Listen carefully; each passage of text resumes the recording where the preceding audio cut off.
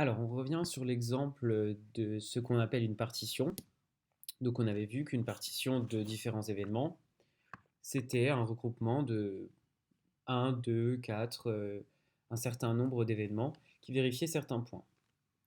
Donc là, on va prendre l'exemple dans le cas d'une expérience aléatoire avec un lancer de dés à 6 faces. Donc, on n'oublie pas de mettre le S à face, ici. On va prendre différents événements. On va se limiter pour le moment à 3, qu'on appellera A1, A2 et A3. Et je veux que ces trois événements de mon expérience aléatoire constituent une partition. Donc autrement dit, ils vont être tous non vides. Ils vont aussi être tous 2 à 2 disjoints. Donc autrement dit, il n'y aura aucune intersection entre l'événement A1, A2, A2, A3, A1, A3. Et enfin, on peut donner comme... et on doit aussi vérifier que A1, A2 et A3, l'union des trois, forment l'univers tout entier, à savoir l'univers tout entier ici, notre univers, dans un lancer de dés, c'est 1, 2, jusqu'à 6. Donc on doit avoir un regroupement par la réunion de tout l'univers. Je propose comme premier exemple A1, obtenir le nombre 1. Ça pourrait être un premier événement. Comme second événement, je propose obtenir un nombre supérieur ou égal à 4. C'est pas très rigoureux de mélanger symboles mathématiques et mots en français, mais c'est pour illustrer l'exemple, d'accord? Et à 3, obtenir le 2 ou le 3. Est-ce que mon ensemble, donc ma famille d'événements ici, A1, A2, A3, est-ce que A1, A2, A3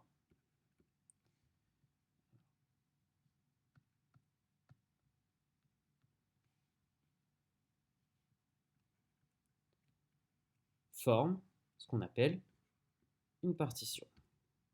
C'est la question. Alors, on veut déjà vérifier que l'intersection des événements sont 2 à 2 disjoints, à savoir A1 inter A2, on peut vérifier que c'est bien l'ensemble vide. On ne peut pas obtenir un nombre qui est à la fois le 1 est supérieur ou égal à 4. A2 inter A3 est bien aussi vide, car on ne peut pas obtenir un nombre 2 ou 3 et à la fois supérieur ou égal à 4. Et enfin, la dernière intersection, A1 inter A3, est aussi, elle, pour les mêmes raisons, vide. Donc on a vérifié le troisième point qui nous dit que c'est une partition. On peut aussi vérifier que A1, union A2, union A3, forment oméga tout entier. En effet, si on regroupe, si on prend l'union des trois événements, on obtient bien le 1, le 2, le 3, le 4, le 5 et le 6, donc tout l'univers. Et enfin, ils sont tous, non tous vides, donc on a bien que A1, A2 forment bien une partition. Propriété. Donc à partir de ça, une fois qu'on a défini ce qu'était une partition d'un univers, donc on va reprendre un univers oméga avec une partition A1, A2 jusqu'à AK. Alors pour tout événement de l'univers, donc qu'on appelle B, tout événement B, on a la formule qu'on appelle formule des probabilités totales qui nous dit que P de B est égal à P de B inter A1 plus P de B inter A2 plus, trois petits points, on ajoute un plus, P de B inter AK. Notre regroupement, si j'essaye de faire, un ensemble un oméga, et je vais faire comme dans l'exemple précédent, je vais illustrer une partition. Alors une partition, on va se limiter, par exemple, à 5 ensembles. On peut avoir ici A1, A2,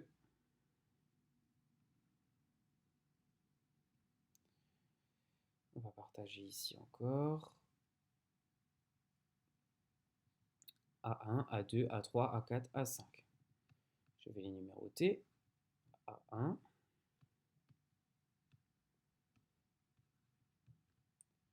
A2,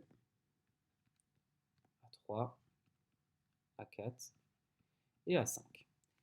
Et mon univers qui regroupe, donc on a bien comme une partition, tous les événements, la réunion de tous les événements forme l'univers oméga. Je vais prendre maintenant un événement B de mon univers. Donc mon événement B peut être ce regroupement-là, dans le cas d'une expérience aléatoire. Voilà, toute ma partie violette ici, c'est l'événement B. Donc, d'après la formule des probabilités totales, la probabilité de B sera égale à la probabilité de mon intersection entre B et A1,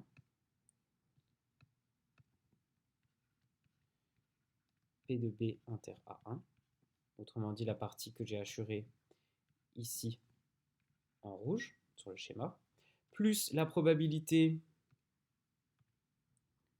de B inter A2, plus la probabilité de la partie B inter A3, la probabilité de la partie B inter A4, et enfin la dernière intersection avec l'événement A1.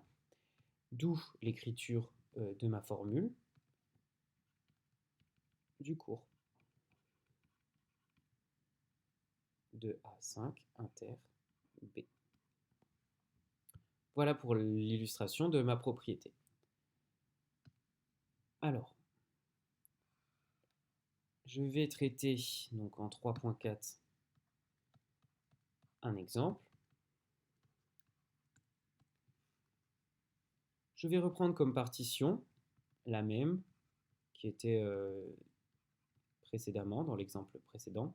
Donc obtenir le nombre 1 pour un lancer de dés à 6 faces qui était équilibré, obtenir un nombre supérieur ou égal à 4, obtenir le 1, le 2 pardon, ou le 3. Donc on avait dit que ici c'était bien une partition. Et je vais choisir un événement de mon univers autre que j'appelle B. Obtenir un nombre pair. Je vous laisse traiter, donc vous pouvez mettre sur pause la vidéo, je vous laisse traiter avec l'utilisation de la formule des probabilités totales, la probabilité de trouver la probabilité de B. Donc vous mettez sur pause et ensuite on regarde la correction. Donc la probabilité de B d'après notre formule des probabilités totales, c'est la probabilité, d'abord la somme des probabilités, d'abord l'intersection entre A1 et A2, plus la somme, l'intersection entre la probabilité de l'intersection pardon, entre A2 et B, et enfin plus la probabilité de l'intersection A3 et B. Je vais déterminer dans chacun des cas la probabilité en question. Probabilité de A1 inter B, la probabilité d'obtenir un 1 et un nombre pair. Est-ce que c'est possible? Les deux événements sont disjoints, donc la probabilité sera égale à 0. Plus la probabilité d'obtenir un nombre supérieur ou égal à 4 et pair. Il y a deux nombres qui vérifient ça dans un dé à 6 faces, c'est le 4 et le 6. Donc la probabilité est de 2 sur 6, le nombre de faces. Et enfin la dernière, obtenir le 3 ou le 2 et obtenir un nombre pair. Il n'y a qu'un seul nombre qui vérifie ça, c'est le 2. Donc on a bien que la probabilité est égale à 1/6. Au total, la probabilité de B est bien égale à 3 sur 6, donc 1/2. On remarquera que cet exemple, donc la probabilité de B, peut directement être trouvée d'après l'équiprobabilité. On compte le nombre de nombre pair et on le divise par le nombre total de faces du dé. Je suis d'accord avec ça. Mais là, c'était juste pour illustrer dans un cas simple l'utilisation de la formule des probabilités totales. Voilà pour cet exemple.